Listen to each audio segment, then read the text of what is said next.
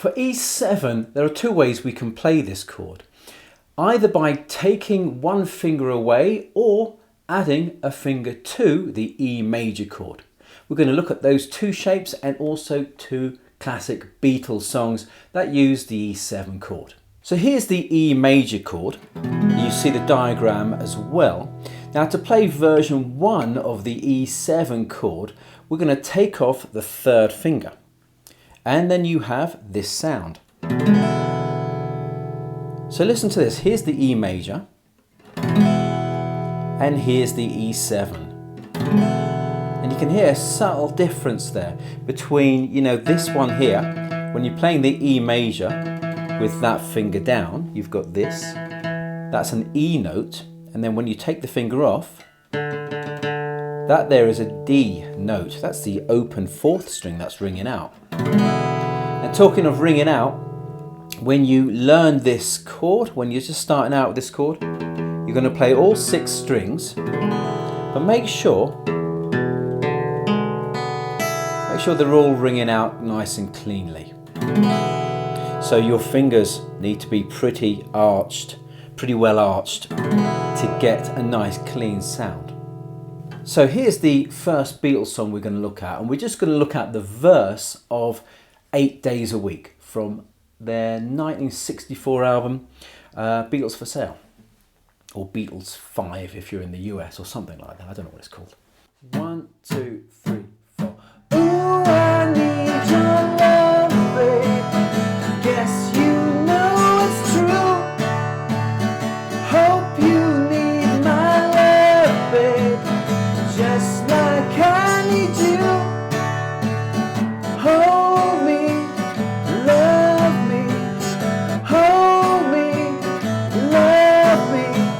I ain't got nothing but love, babe. 8 days a week.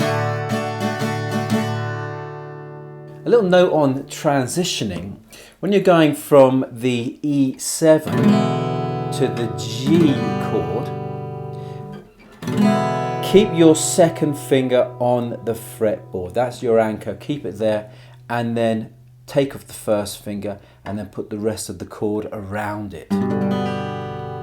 And then this works especially if you're using the same shape I'm using of the G, with the fourth finger, third finger and second finger.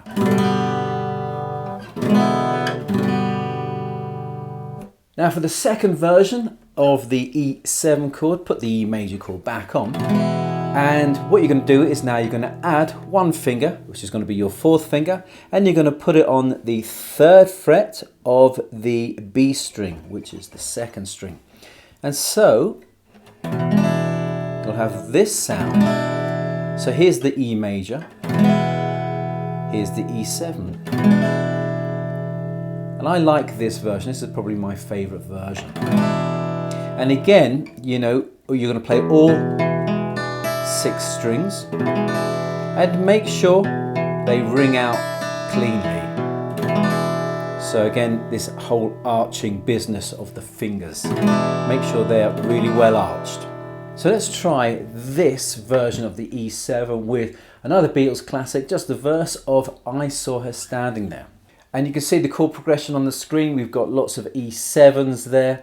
We've also got an A7 as well, a B and a C thrown in for good measure.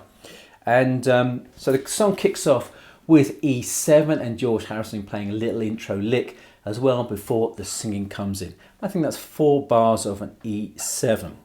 1, 2, 3, 4.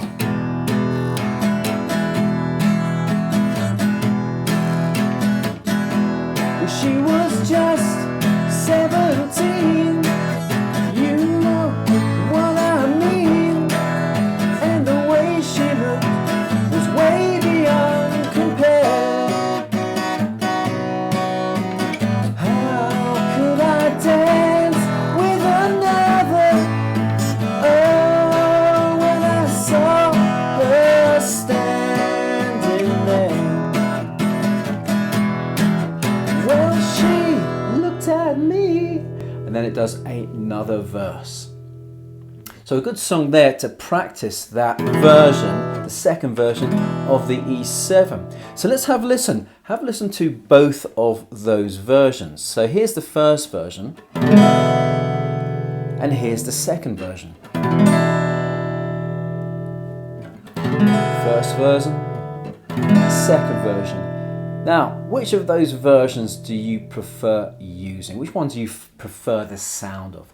As I said before, my preference is that second version with the fourth finger on the third fret of the B string. I think that's pretty cool. So that was E7, but if you need any help with other chords from the lesson that we've seen today, then check out this link here. Thanks for joining me. Happy strumming.